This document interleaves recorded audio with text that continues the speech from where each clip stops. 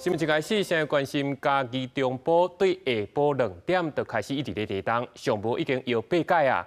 有社区的围墙去摇甲放弃，地动中心表示，这8届地动有3届是摇较厉害的，规模是有到4以上。未来一礼拜嘛可能搁再发生规模4以上的地动尾，嘛这民众就一定要注意。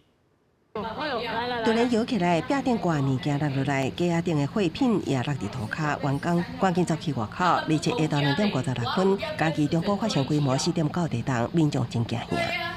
好怕，但是应该没事了啦，可能很久没有震了，震一下。毋但这一摆，为下昼2点19分开始，连续发生8摆地动，拢伫嘉义中部乡附近。生活百货卖场清洁用品、冰箱、饮料刷甲柜涂骹，至少清理3摆，还有社区墙围倒去，跌破停伫遐的汽车玻璃。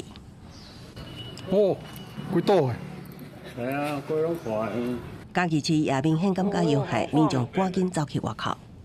从以前地震都不会说想要跑出去，拉着我老公赶快就要跑出去。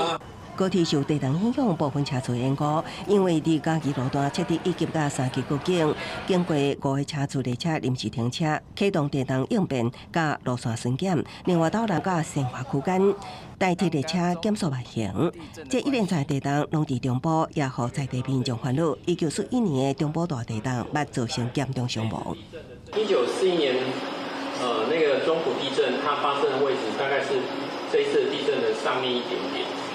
将近70、80年这个时间，那其实也有一些学者或专家有提出这样的一个警讯。2017年的时候呢，也是发生过一个规模5.1的一个地震，跟这一次系列的一些机制是很像，都是以逆冲地震为主的一个移动这样走。 地动中心指出，8摆浅层地动，其中3摆规模是以上，成因是菲律宾海板地甲 后亚板地小龙小尖，向西北较脆弱破碎的所在，传达能量。未来一礼拜会发生规模4以上的地动尾，或者也提醒地动尾一个发生，民众一定要做好防震准备。记者综合报道。